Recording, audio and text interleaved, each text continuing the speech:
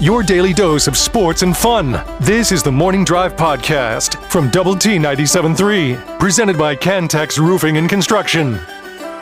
I'm Mike Hebert, owner of Cantex Roofing and Construction. Every day is game day, and we'll get it right when it comes to your roofing, construction, windows, and mirrors. Call Cantex Roofing and Construction today. Together, we are one serving you.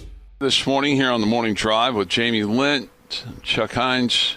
Do you think Coach McGuire will find us randomly delicious today? I think he finds everything that is the Chuck Heinz experience delicious every day. I don't think so.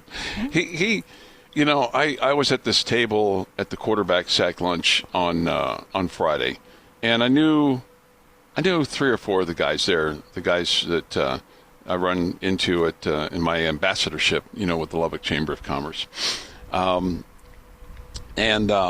He came up to our table, and then I knew one of the gals from across the street at the hotel, across the street from us. And his first comment to all of them was, as he put his hand on my shoulder, he said, "I can have him removed if we need to." Have him removed. And he's got that kind of power. He did. He had that kind of power. One of the cool things, and I think he was asked this question, or he just offered it up. I think he was asked about, are the players aware on the quarterback sack? Because in the quarterback sacks they do a donation to get people to donate for every sack, and it goes to the Ronald McDonald House Charity and helps for folks that are here in town and have an unfortunate long stay with a child being in the hospital, and they want to have the parents or caregiver as close to the child as possible. And so it's a wonderful thing that they have it. I believe they have one at both UMC and Covenant. And at any rate, Coach McGuire said, yeah, he goes, every Monday, he goes, we post how many sacks, and then we post how much money is raised, just so that our team is aware of what kind of they did on the field and how it helps the community. So I thought that was kind of cool. So had 41 sacks last year. Mm-hmm. That's a big number. That's a big number. Yep. I don't know if you can get above that number this year. I would think it's going to be really hard, and that's why I have a hard time when we talk about this defense being better than last year's. I mean, what was the number? 7 points per game, right? Something like that. Yeah. I mean, really? Wow. Well, I think Sheil Wood is a great defensive coach. Mm-hmm. But man, that's hard for me to believe that you're going to. Do you think you're going to be less than 11.7 points per game? Man, if you're less than 12 points a game, you're winning another Big 12 championship. No, I don't think you can. I don't think you're. But Jamie, with this schedule that you're playing, it's hard for me to look at this and go, you're going to give up 21 points to this team. Maybe the Arizona State is a challenge there. Maybe TCU. A lot of people like Oklahoma State's offense. Yeah, I was going to say with talented players. That's where I was going. Was a lot of people think that Oklahoma State's just going to be all in a bag of chips. I don't know. It'll be interesting to see how they do. I mean, so, gosh, it's crazy to think that you could be as good or better. The game that you gave up the most last year was to Arizona State, in which you lost 26-22. Even in the game against Oregon, you gave up 23. You didn't score any, unfortunately, and losing that game in the college football playoff and the Orange Bowl. I don't know. So if you gave up, I mean, you'd at this point in time today, you'd probably take. Hey, if we gave up 17 a game, you'd take that, right? On average. It's kind of what I'm expecting about that, mm-hmm. about there. But when I hear Coach McGuire talk about we could be better than last year, I think expecting a 5 points per game drop-off from last year is maybe too much. Okay. And so I'll tell you, that, again, that's where I kind of expected it'll be, somewhere around 17. But mm-hmm. I don't think I would say I would take it, because maybe you are a little bit better than I thought you were going to be, and maybe it's only 15 or maybe it's 16. I don't know. Yeah, and I think maybe some areas. But I wouldn't say if it's 17 that it's bad. Yeah. By any stretch of the imagination. Right. Right. So I told you in that ESPN article they viewed Cincinnati as your toughest game. Is that your toughest game? I don't have it as the toughest game. Do you have Arizona State as the toughest game? The one I'm the most nervous about is TCU, just because it's a crazy time of the year. I'd put the Oklahoma State road trip in front of that. I'd put Arizona State at home. I'd put Arizona at home. I'm not that worried about Cincinnati. In the TCU, you're worried about that because I think Cincinnati is going to be one of the worst 5 teams in the conference. So I know it's a road game, but yeah. I mean, it doesn't feel like it's. Do you feel like it's lost some of its luster? Let's see. Is Brendan Sorsby on the team? He's not. Well, clearly it's lost some of its luster. It's lost. He's not bringing. We're not bringing back the guy that they hate and want to be really mad at. Right, and it's not like they've got the ribeye, the raw ribeye in their teeth, ready to come after him with their Cincinnati version of a Bearcat. You would clearly have to say it's lost its luster, right? Yeah, I think so. But maybe for our standpoint, we just kind of want to pound them into submission, where they have a running clock in the fourth quarter. That would be good, wouldn't it? That'd be something. That'd be nice. You hearing lots of reports coming out of the Big 12 headquarters about updates on and their investigation in Cincinnati? I have not. You got all those updates? I've not gotten one email from the. I've not either. It's really interesting. Yeah, right. Yeah. It's and it'll be. I don't know that even the commissioner's going to pay a visit to Lubbock this year. I don't hope not. I don't expect to see him at the Red Raider Club luncheon this year. Do you? No. No, I don't. That would be fine if I never saw the man again in my life. Okay. Yeah. Well, except when he's handing Joey McGuire another Big 12 championship trophy. Right. That would be having to do it. Putting on a fake smile. He'll have a smile. Joey McGuire better have a very, very smug smile on his face. I think he'll just have a big smile. I think when you get handed those things, got to think that there's nothing. Be thinking about being bitter towards the commissioner. Nothing better than that. Well, there is the national championship. Right, sure. This a few weeks later, right? This morning on the Morning Drive, Ben Porman will have This Day in Sports History next. This is the Morning Drive podcast from Double T 97.3, presented by Cantex Roofing and Construction. Time for This Day in Sports History, and with that, on this 4th day of August, 2026, is Ben Porman. Good morning, Ben. Good morning, Chuck. We start today in 1936, where American athlete Jesse Owens wins his second gold medal at the Berlin Olympics, defeating German Lutz Long in the long jump final with an Olympic record. Might want to go check out that guy. Maybe. Something special. In 1982, outfielder Joel Youngblood is the only MLB player to get hits for 2 different teams in 2 different cities on the same day. He singles for the Mets in a Chicago day game, gets traded, and then singles for the Expos in a Philadelphia night game. Oh, nice.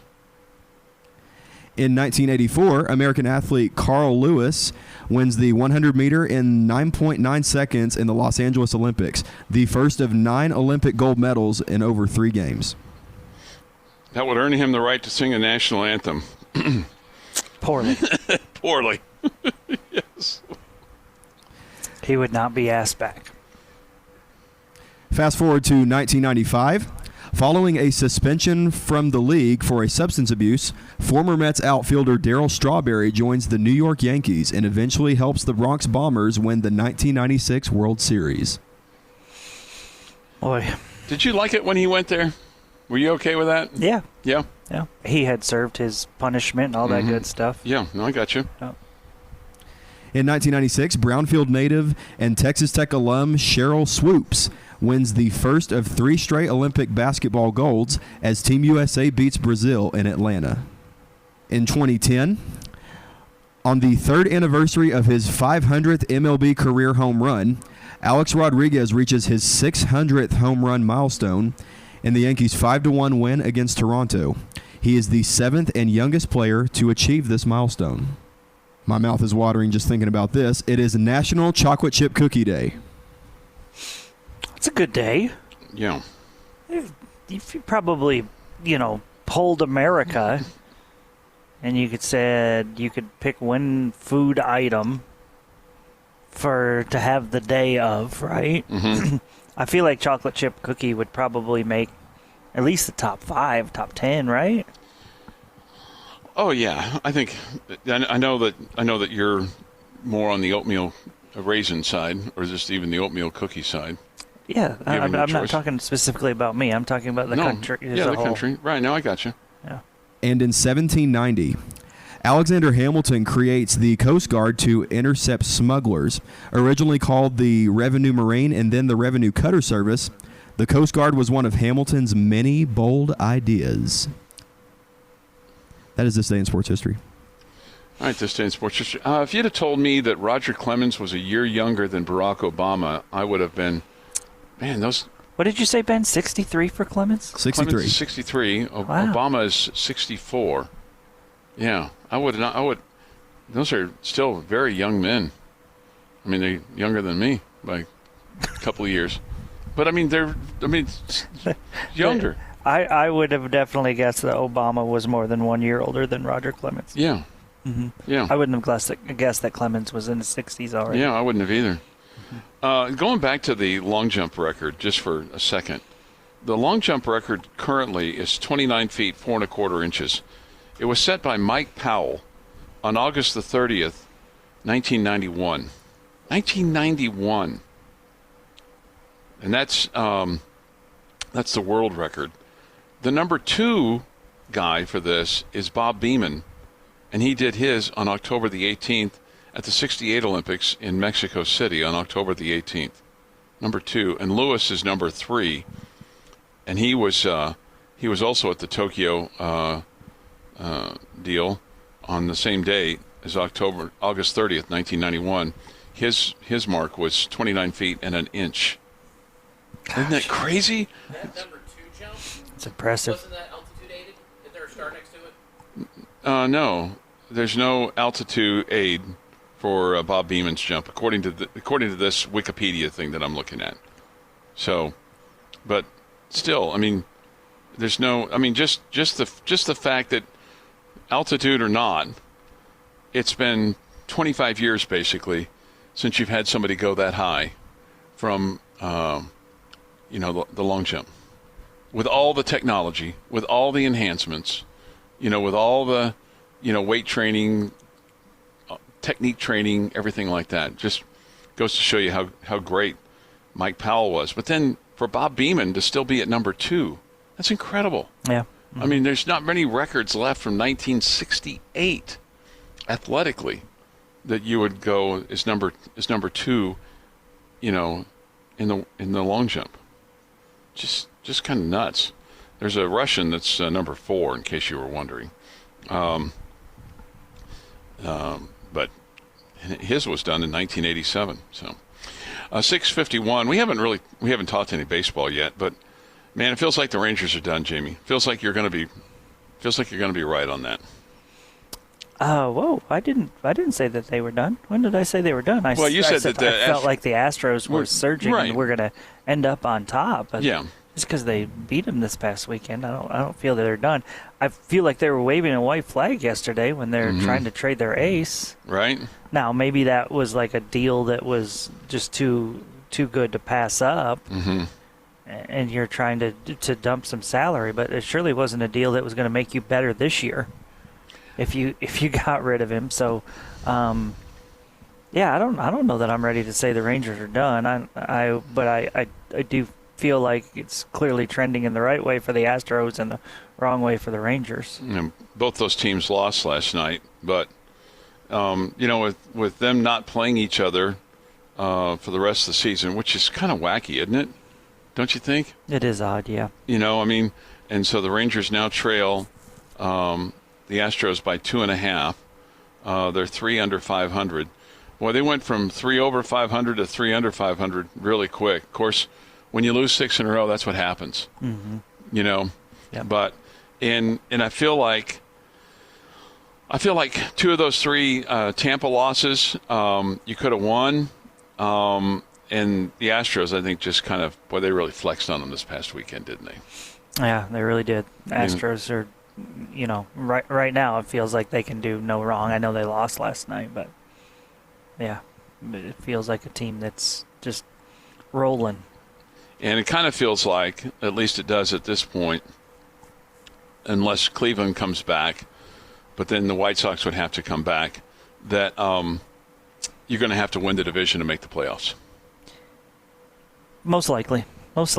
Yeah. That's kind of what it feels like.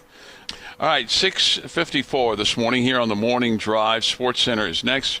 A reminder: we'll visit with the head football coach Joey McGuire at 8:15 this morning.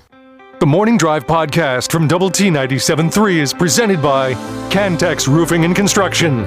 Hey, good morning and welcome to the Morning Drive from Galaxy Stadium. Here we're in the south end zone, right where the players run out. With Jamie Lent, I'm Chuck Heinz. Take your thoughts and comments this morning on the Yates Flooring Center chat line as we come to you from the First United Bank studio and get you ready for Texas Tech football. They'll have plenty of guys that folks will be visiting with all day long, including our guys as well. End of the bench, bottom line, Tech Talk, everybody here on location today from Galaxy Stadium as we get you ready for the 2026 football season, which kicks off on April the 5th. I do wish, I don't know all of their names. I don't have their contact info, but it would have been cool to have the fire here this morning, Jamie, that every time we come back from break, the whoosh, the fire goes up. Oh, yeah? And maybe a little bit of smoke as well, having you come out of the tunnel and to sit down, put your headset on, and kind of have a grand entrance. I think that would be really cool to do. Maybe that'll be something for next year. Maybe next year, yeah. Yeah. Maybe. We could just get our own fire flame throwers. Torches, those things. For the studio. That'd be awesome. How about just a couple of tiki torches that we put in there? Keep the mosquitoes away. Okay, we could do that. I think it'd be awesome. Have you had a chance to go out and look at the 50-yard line yet? They've got the flat double T out there. It looks pretty good. Kind of excited about all the changes that are going on and their update. When I was here at the stadium the other day, there was a guy. This is the attention to detail here at Galaxy Stadium this year. They were painting the railings, the silver railings on the northwest side of the stadium, and the guy said to me, "Be careful! Don't touch the railings because they're wet." And he had this heavy glove on because I was thinking, I wonder how they're doing that. And he would just like dip his hand in the paint and then paint it with his hand, as opposed to a brush. That seemed to make a lot of sense. Yeah, I've seen that done before. That doesn't feel like it'd be a lot of fun, but whatever. Whatever these painters figure it out the best way to do it. It was hot. Yeah, sure. And I bet they do that every single season. Wouldn't you guess? Yeah, maybe so. Maybe not, but I would guess they do. Yeah. If I said April the 5th, I apologize. Today's August the 5th. Also, they've changed make sure that they've done this. Yeah, I think it's actually August the 4th, but August the 4th. Okay. Nobody's counting. They have changed now the bowl appearances to 43 on the east facade, which is great. Always look for that. Playing in the college football playoff is counted as a bowl game? It was the Orange Bowl. So, yes, I think so. I think so. I think it definitely is worthy. Yeah, I think it counts for 2 spots. I think it's more than worthy of that. I think it counts as 2. Yeah. We're concerned about the 12 conference. Yeah. And conference championships, as Jeff is mentioning, has been updated. Yes, which it's is, up to 12. Right. Pretty cool. Since those are hard to come by. Absolutely. I mean, they don't just go. Somebody says this. It's April the 6th. Hey, you guys are going to miss me someday. Someday you're going to miss me. Don't confuse Chuck. Maybe not today, but today is August the 4th. Okay, so we have a month and a day. Of the 24 that are going to be here today, I'm anxious to hear from and hear what he has to say, Micah Hudson, because he has had a journey. And it feels like that he is back in full good stead and raring and ready to go. And when you look at your receiving group, it hasn't necessarily gotten the accolades, so to speak, that the running back room has gotten, and maybe deservedly so. Yeah, I think that's well said. But I also think that when you look at a guy like Micah Hudson, man, if you're gonna make some noise, offensively and have some spark, he's a guy that can provide that for you. He can, absolutely. We've seen him do it in limited action, and obviously knowing where he was ranked as far as recruiting rankings coming out of high school, we all feel like that he's got the potential to be a superstar kind of player. And again, in the time that we've seen him on the field, he has made some spectacular plays. He really has, to show off a great skill set. But for whatever reason, and for different reasons, he hasn't been able to, make himself one of the key guys offensively. Chuck, you may be absolutely right. Like, if you're going to be good on offense, you need Micah Hudson to be good and blah, blah, blah. That may be 100% accurate. I don't know if that's accurate or not. I don't know which of the wide receivers are going to be that guy that you feel like, hey, if we're going to be good passing the football, we need this guy to have a big year. I'm not sure who that is. And I think Terrence Carter would be one of the guys that you would definitely include in that. And I don't know that that's necessarily a bad thing. And what I mean by that is I think you have a lot of depth, a bunch of different wide receivers here, and that can do good things for you. And I don't know if one of them is not as good as we expected, that you still can't be really good. And the others will be good. So I don't know what to expect. I don't know which wide receiver to say, hey, that's the guy we need to really step up. Personally, and I think you're with me, and I would think a lot of other people are with me for various reasons, but we want it to be Micah Hudson. Yeah. I think we all want it to be Micah Hudson.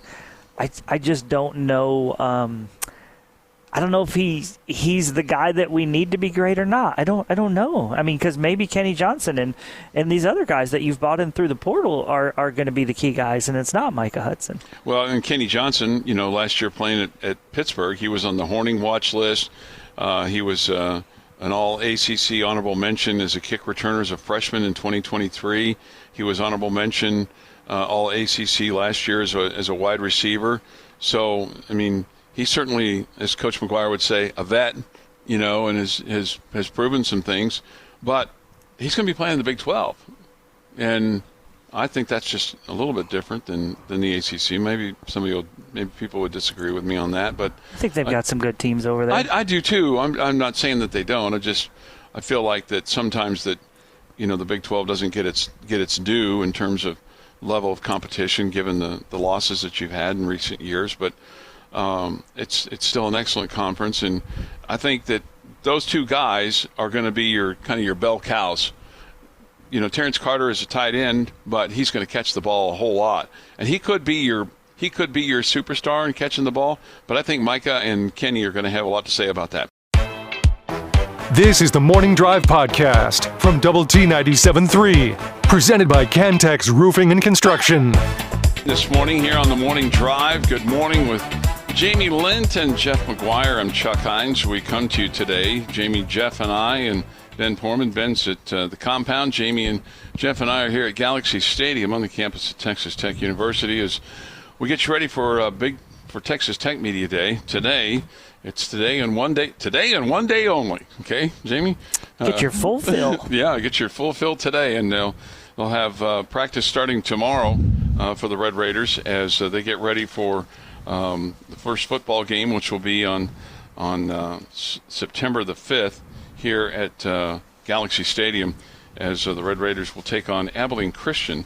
Thetford and Ashby had Keith Patterson on. He's the head coach for Abilene Christian. They're a Division I school now. And he has big expectations for his program. They were Division I before. Yeah, I think, but the whole FCS, but they're still Division One. Okay. They weren't Division Two. Well, it feels like that they've had a different level of Division One. Yeah, it feels like they've had kind of a big step up, in terms of what they've got going on there in Abilene with, all this construction and data centers and just stuff coming into town, and just they got a lot going on there, they've made some improvements to the stadium, but anyway, they'll be here. I mean, hopefully, and what he was talking about the other day was that, man, his team is kind of like a junior college team, Jamie, in that they get them developed and then they lose them to other programs.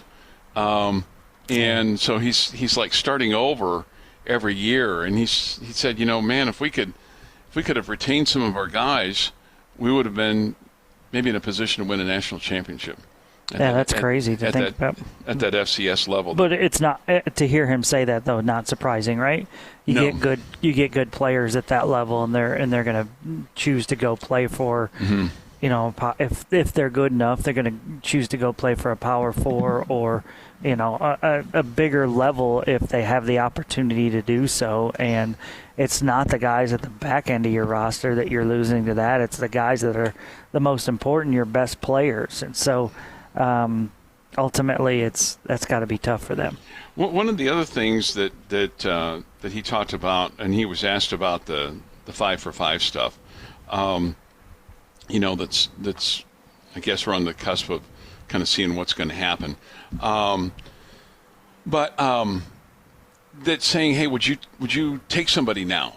And he said, probably not, unless they were a guy that had been in his system previously, or if it was, he said, look, if Coach McGuire called me and said, hey, we've got this guy, we can't use him, he's a 5-for-5 guy, he's now eligible to play and wants to play, he goes, then if we had a spot, we might take him. If we really knew, but he goes, at this point in time, it's awful late in the game because, look, you get to this point, you've got a lot installed in terms of your defensive package, your offensive package, your special teams. You've got these guys that have kind of been in the foxhole together all summer long, working and running and training and whatnot, and then to have somebody, come in and just kind of snag a spot away doesn't really help build, team chemistry.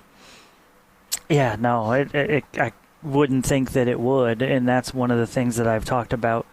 It just kind of, it's part of it. But with the basketball team right now, and the possibility of bringing in these three guys that you didn't think that were going to be there.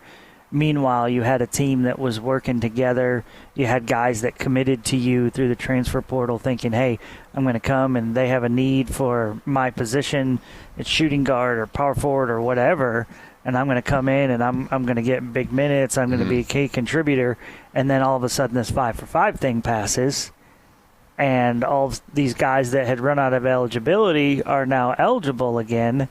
And, hey, you're not as needed as you once were. You're not going to play as many minutes. And you wonder, would they have made a different choice? Yeah. And you feel bad for them a little bit. It's just part of the game right now. So, again, I'm sure they understand and they get over it and all that good stuff. But that's kind of the situation you're talking about, though. With is it good for team chemistry? And I do wonder about that a little bit. I think with the basketball, just because Darion Williams has been here all that's summer one long. Guy. Yeah, that's one guy. Okay, one of them's been playing for the Bulls, and the other one's been in Florida. Right. Yeah. The Stillwell, Jermichael Stillwell is but you're right about Darion Williams. He's been with here. the team the whole time. Yeah. So, and I guess the way that it looks right now on the 5-for-5 thing. As long as you were in the portal in April, you can transfer. And Williams was in the portal, and so was Stillwell. Now, it'll be interesting to see what Donovan Atwell's situation is going to be, because the head of the NCAA has said that anybody that's in a pro football training camp can't just leave that training camp now and go back to college.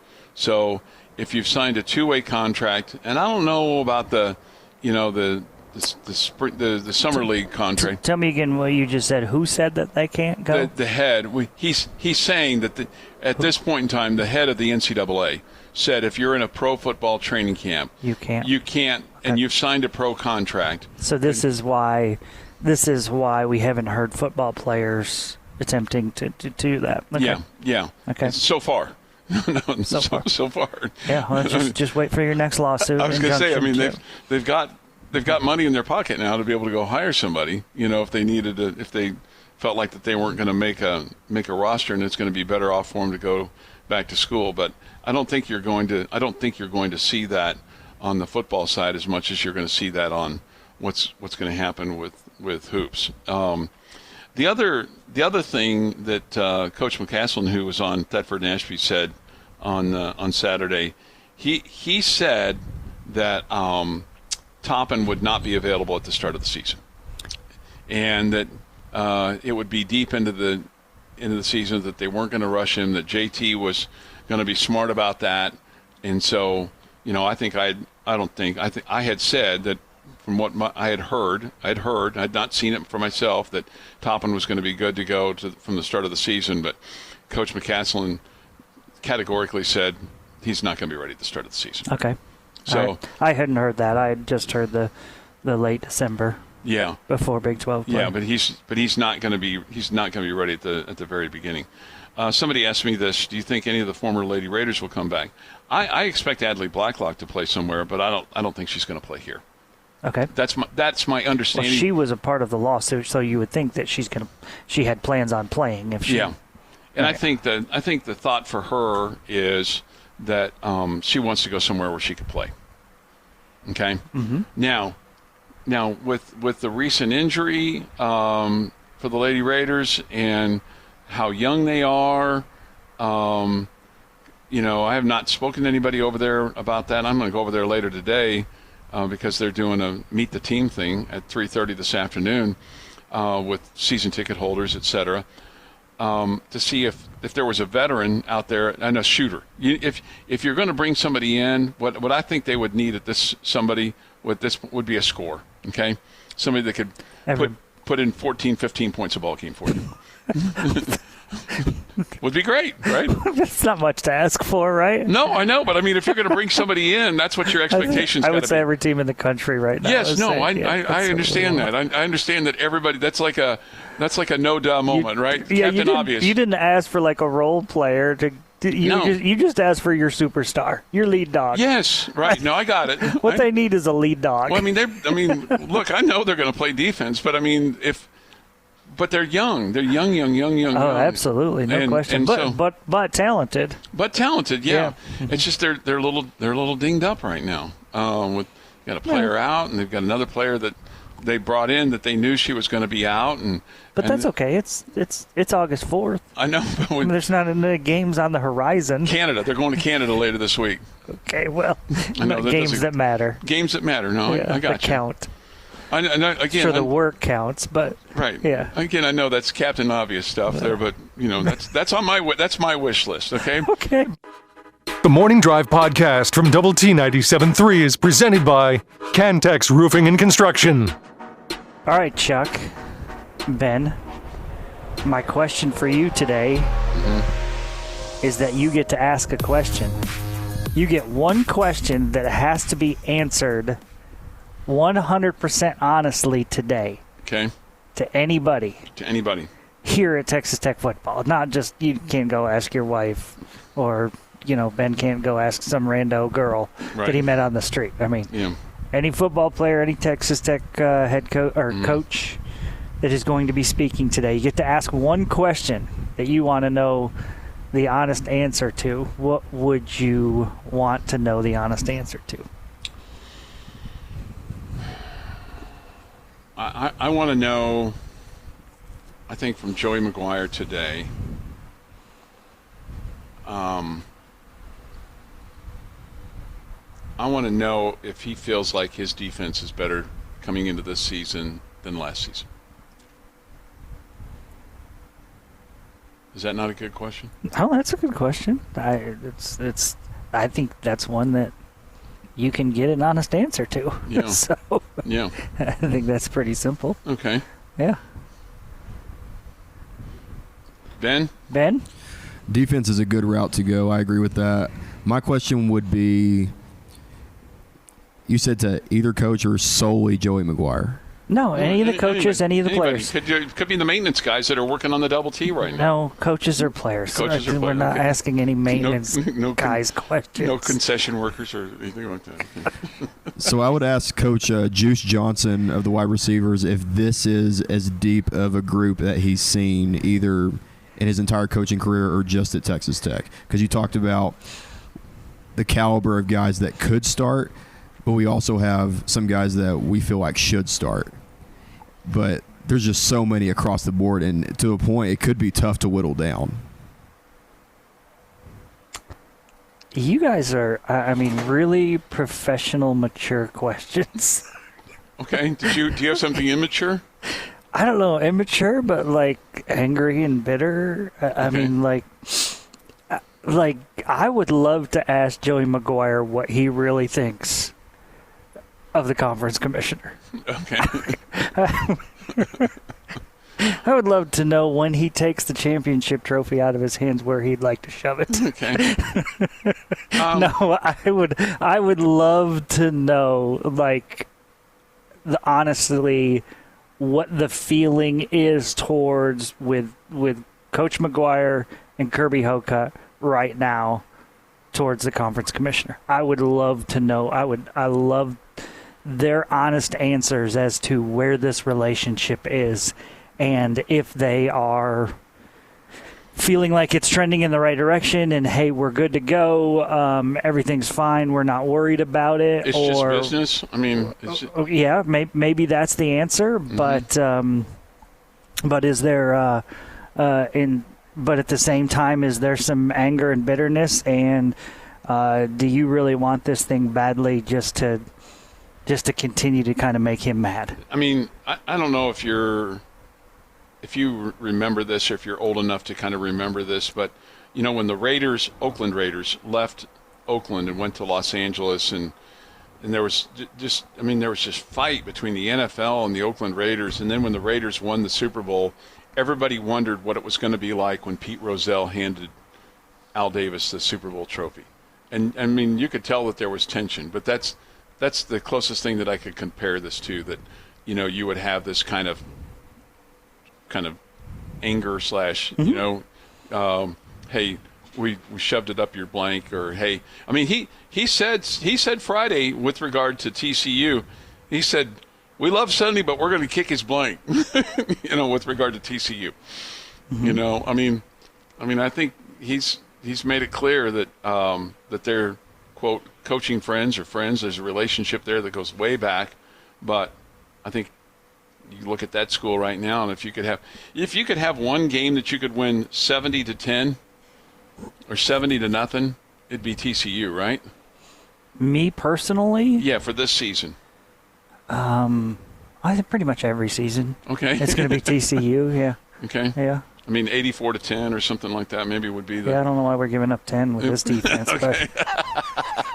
But yeah. You'd be disappointed, wouldn't you? Monday morning after we win 84-10. I mean, you guys... well, we gave up that late touchdown, you know, when we had the sixth-string guys in. You guys, again, I thought you guys both answered or asked really good questions. I would love to know. Coach McGuire has kind of mentioned a few of the coaches that were supportive during the rough stretch when everybody was taking shots at the program and all that good stuff. And he's mentioned Eric Morris and he's mentioned Kalani Sitake. Okay, flip to the other side of that. Who are the coaches that you feel like, man, you kind of got it? You've got it out. Well, you've got it out for them right now because whether what they said or what their AD said or whatever. Who are the coaches that you kind of want to stick it in their face a little bit? Yeah. I don't know why I chose violence this morning. You did. You're kind of hanging on to this. I mean, I guess at some point in time, it's just, you know, it's just business. I mean, it's tough with what the biggest question that I have, and that I would have and I don't know that there's this is not necessarily an honest or honest answer, is I'd like to know what the status of the lawsuit is with the Big 12 against Texas Tech. I'd like to know if that's been dismissed. I'd like to know if they've resolved that difference between, what they were wanting in terms of Tech to pay the attorney's fees and stuff like that. I don't think did they specifically say there was a lawsuit or that they were potentially considering it? Well, they had that one thing that they filed against us, that they filed in court. So I thought there was at least one thing that, the Big 12 is not going to say there are no further sanctions towards Texas, or there are no sanctions towards Texas Tech. That would be almost backing off or admitting, we shouldn't have ever brought that up. Mm-hmm. It's not going to happen. Yeah. Well, I just wonder if they've. Yeah, you kind of said something there, like I'm hanging on to it, or sooner or later you have to let go of it. Yeah, I'm not there yet. Okay. No, I want these people to feel our pain. Well, I understand that. Yeah, I want to inflict some pain on some programs this year. Yeah, I'm with you on that. By next season, I might be a little bit more chill about it, but this year, man, I'm excited to put a hurt on some folks. Yeah. Your daily dose of sports and fun. This is the Morning Drive Podcast from Double T 97.3, presented by Cantex Roofing and Construction. This morning here on the Morning Drive, good morning with Jamie Lent and Jeff McGuire. I'm Chuck Heinz. We are joined now by the head football coach at Texas Tech, Joey McGuire. And Coach, it's here, man. It's football season. How excited are you about this year? Yeah, I'm really excited. We'll have a team meeting today. It literally, they'll come in, check their equipment with the equipment room, get their new gear for walkthrough and practice and everything like that. And then this afternoon we'll have a team meeting, and tomorrow's go time.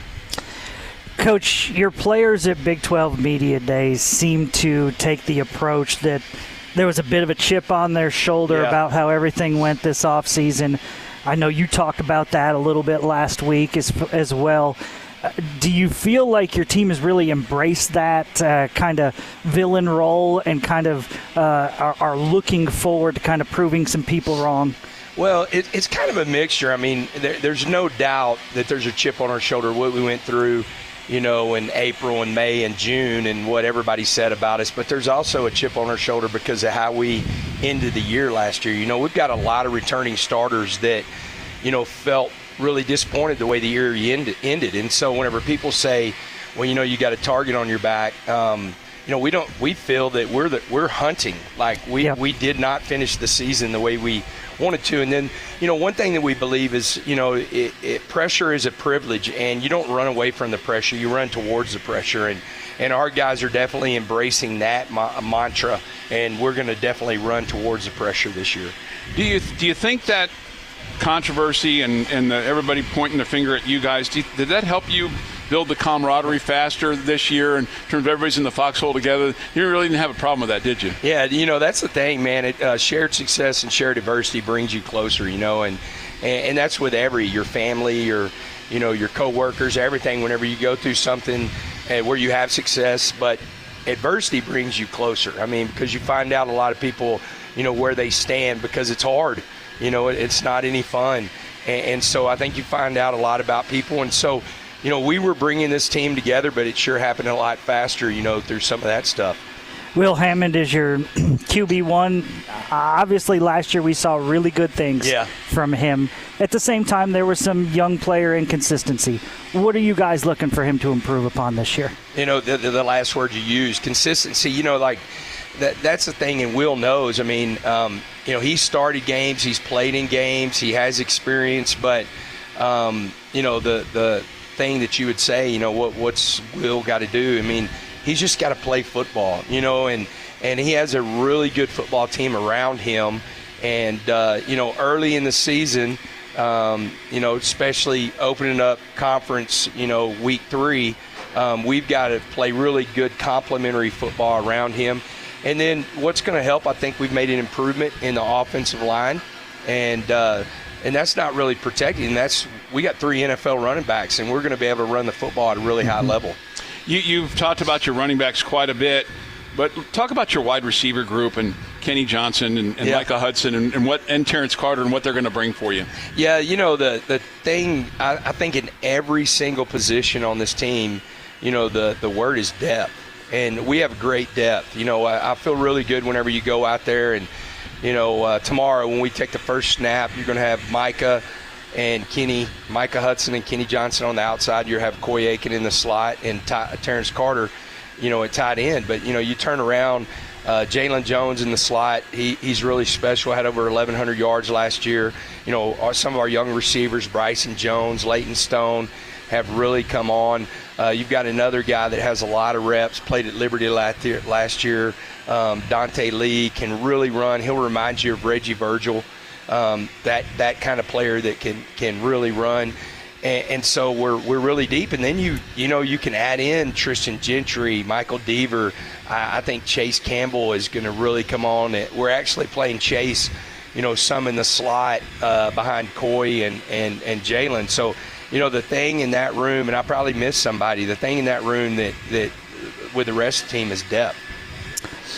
Coach, you said on Friday that you think the defense can be better this year than it was last year. How do you lose the number 2 pick in the draft and all the studs that you guys had on defense last year to the top 3 rounds in the draft and get better? And what's crazy is I think 4 of those guys, when you talk in the top 3 rounds, I talked to the Carolina Panthers yesterday. I mean, Lee Hunter's going to as long as he progresses where he's at, he's going to start at nose for him, and we know David's going to start. I think Jacob and Romello Hyde are fighting for starting positions, and so we might have 4 starters off of that defense in the NFL. And the thing, again, is depth. There are 6 defensive tackles that have started college football. Whenever you look at Mateen, AJ, Bryce, Jaden Cofield, JoJo, Julian, that doesn't count our young guys. And then you turn around and you have a guy like Adam Trick and Trey White.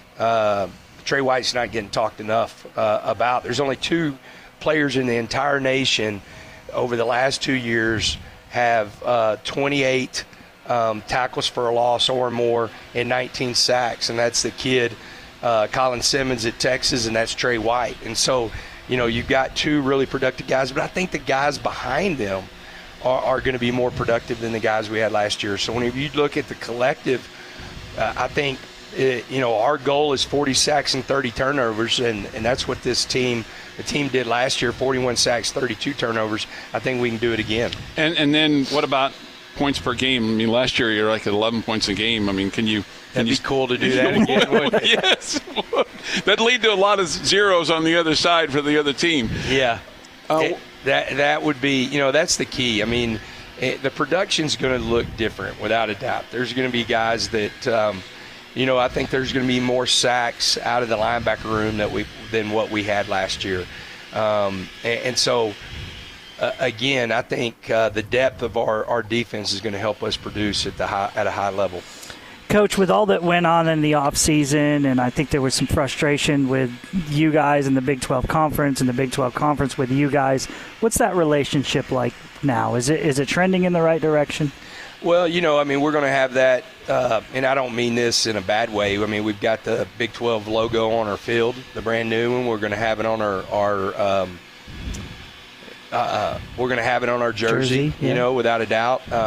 When we play in the Big 12, but my job is to beat the hell out of everybody in the Big 12 that lines up against us, and that was my job last year. It just may feel a little bit different of some of the stuff that was said about us. And, I've said this and I'll continue to say it. What's crazy is besides one coach, it really wasn't said from my peers. There was a lot of the Eric Morse and Kenny Dillingham actually said, hey, we want to play the best of the best. So whatever that looks like and whoever's playing on the field, that's who we want to play. I mean, Kirby, his peers, and I really haven't used this word, but some of them were absolutely ridiculous. Yeah, no doubt. And literally over the top and unprofessional. And they're part of it. And I know President Skubinak, caught some heat. And that's what bothered me the most. I can understand, and my job, I'm going to be criticized a lot. That's always a part of the head coach's job.